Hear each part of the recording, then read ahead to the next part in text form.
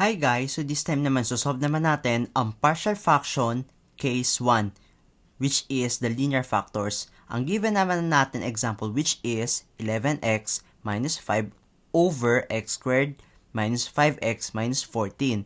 So this time hanapin natin ang values of a and b na kung saan dapat equal ito ay dun sa 11x minus 5 all over x squared minus 5x minus 14.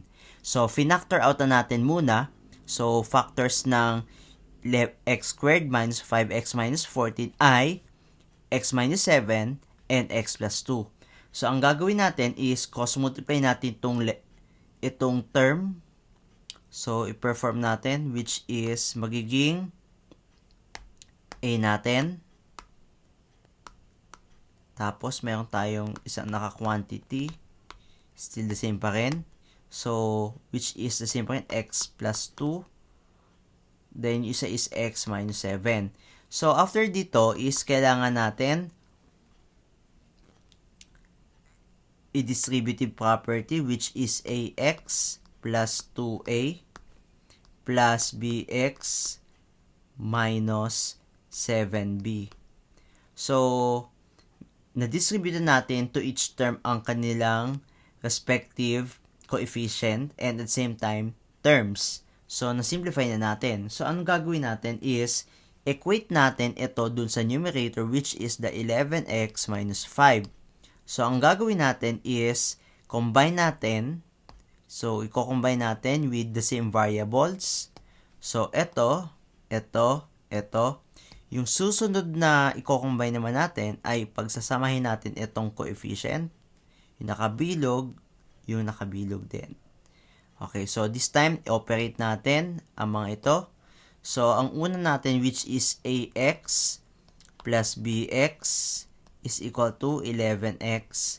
And yung isa naman, meron tayong 2a minus 7b is equal to negative 5.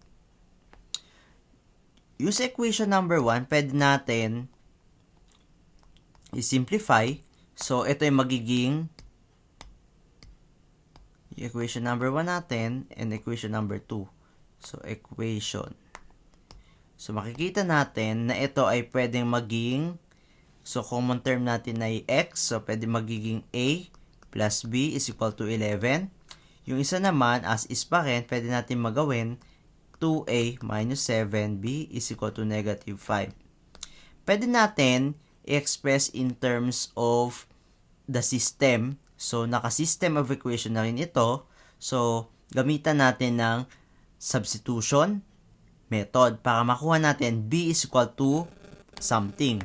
So, ito ay magiging b is equal to 11 minus a. So, nilipat natin ng a sa right side. So, ito ay magiging b equal to 11 minus a.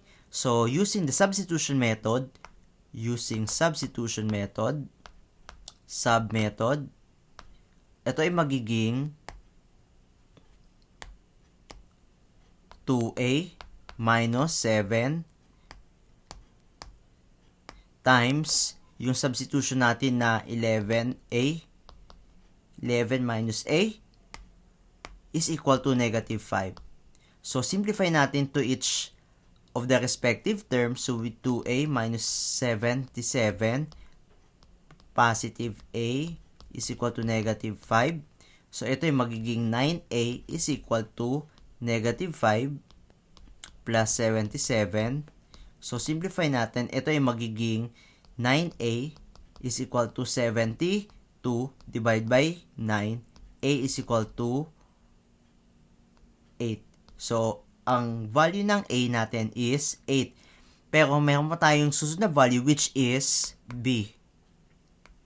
So, ang b natin is isolve natin using the value of a. So, ang b natin, so b is equal to 11 minus a which is 11 minus 8 which is equal to b is equal to 3. So, therefore, ang value ng a and b ay 8 and 3. So, isusulat natin on the respective term. So, which is b is equal to 3.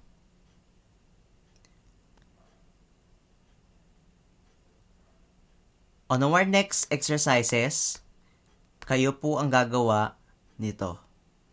See you on our next video.